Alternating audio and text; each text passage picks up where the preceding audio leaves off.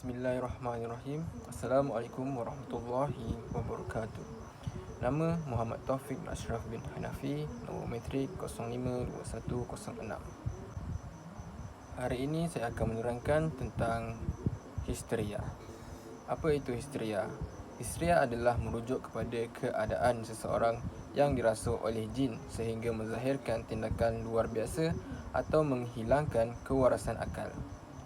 Pelbagai polemik dalam kalangan sarjana dalam memahami keadaan sebenar kejadian histeria. Ada yang mengaitkan dengan gangguan makhluk halus dan ada yang mengatakan ia berkait dengan permasalahan psikologi. Histeria merupakan suatu keadaan minda seperti ketakutan atau emosi yang tidak terkawal. Ketakutan tersebut selalunya disebabkan oleh beberapa kejadian yang dilalui oleh seorang yang melibatkan konflik yang teruk. Mereka yang mengalami histeria sering kehilangan kawalan akibat ketakutan yang teramat sangat.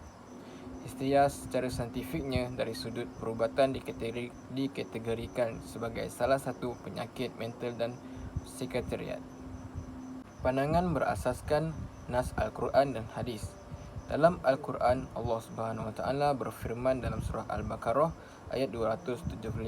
Maksudnya, orang yang makan, yakni mengambil riba, tidak dapat berdiri betul melainkan seperti berdirinya orang yang dirasuk syaitan dan terhuyung hayang kerana sentuhan, yakni syaitan itu. Menurut Imam Al-Qurtubi, ayat ini yang menjadikan dalil kepada mereka yang tidak mempercayai wujudnya rasukan syaitan ke dalam jasad manusia. Allah Subhanahu Wa Taala berfirman dalam surah Al-A'raf ayat 201, maksudnya sesungguhnya orang-orang yang bertakwa apabila mereka disentuh oleh sesuatu imbasan hasutan dari syaitan, mereka ingat kepada ajaran Allah, maka dengan itu mereka nampak jalan yang benar. Menurut Imam At-Tabari berkaitan dengan ayat di atas, iaitu gangguan syaitan kepada manusia di dunia, yakni dengan cara merasukinya sehingga terjadi seakan orang gila. Hal ini dinamakan sebagai histeria. Oleh yang demikian, kerasukan ialah suatu ungkapan yang difahami dan merujuk kepada gangguan yang menampakkan akal manusia sehingga dia tidak memahami apa yang dikatakan. Seterusnya, saya akan menerangkan tentang perbezaan antara histeria dan kerasukan. Yang pertama, rasukan lebih cenderung untuk difahami sebagai perbuatan gangguan makhluk halus seperti jin dan syaitan, manakala histeria pula merupakan keadaan atau natijah yang berlaku ke atas seorang individu kesan daripada rasukan, atau secara ringkasnya, rasukan itu menyebabkan terjadinya histeria.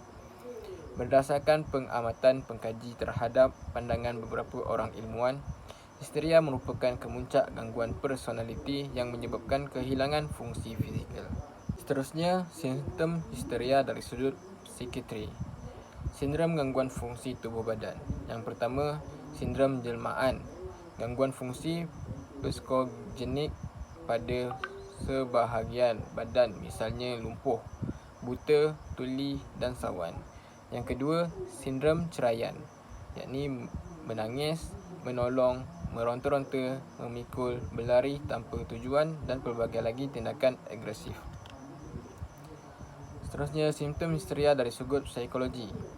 Simptom histeria yang ditunjukkan ialah simptom gangguan emosi dan perasaan, menunjukkan simptom takut, bimbang, risau, kecewa, resah, sedih, panik dan terlalu tertekan. Terdapat juga mangsa yang mengalami kebimbangan dan ketakutan yang melampau dan mengalami mimpi buruk serta seolah-olah melihat perkara yang menakutkan. Rawatan histeria menurut Islam. Kaedah Islam, ruqyah sebagai kaedah perubatan histeria. Ketika mana seorang menghadapi gangguan daripada syaitan atau lebih dikenali histeria, Islam mengajar supaya mengamalkan ruqyah sebagai ubat kepada histeria tersebut. Amalan ruqyah atau jampi telah berlaku pada zaman Arab Jahiliyah sebelum kedatangan Islam lagi. Kedatangan Islam memberikan panduan terhadap amalan ruqyah yang dibenarkan atau amalan ruqyah yang tidak dibenarkan oleh syarak.